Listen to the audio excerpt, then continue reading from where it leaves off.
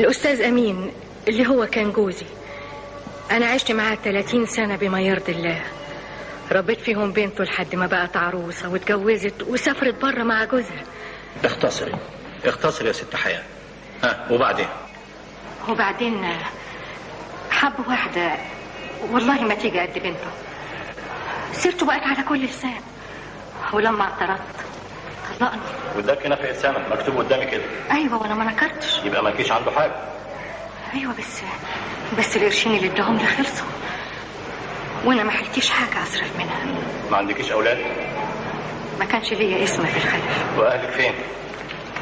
اللي مات واللي باقيين استحملوني لغايه ما القرشين خلصوا وبعدين اتضايقوا مني. بني ادم منا تقيل برضه.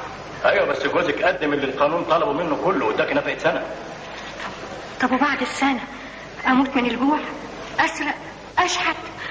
اعمل ايه بس؟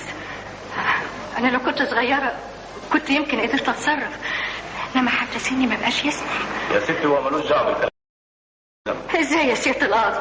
دول 30 سنة عشتهم معاه على الحلوة والمرة لحد ما بقى رئيس مجلس إدارة.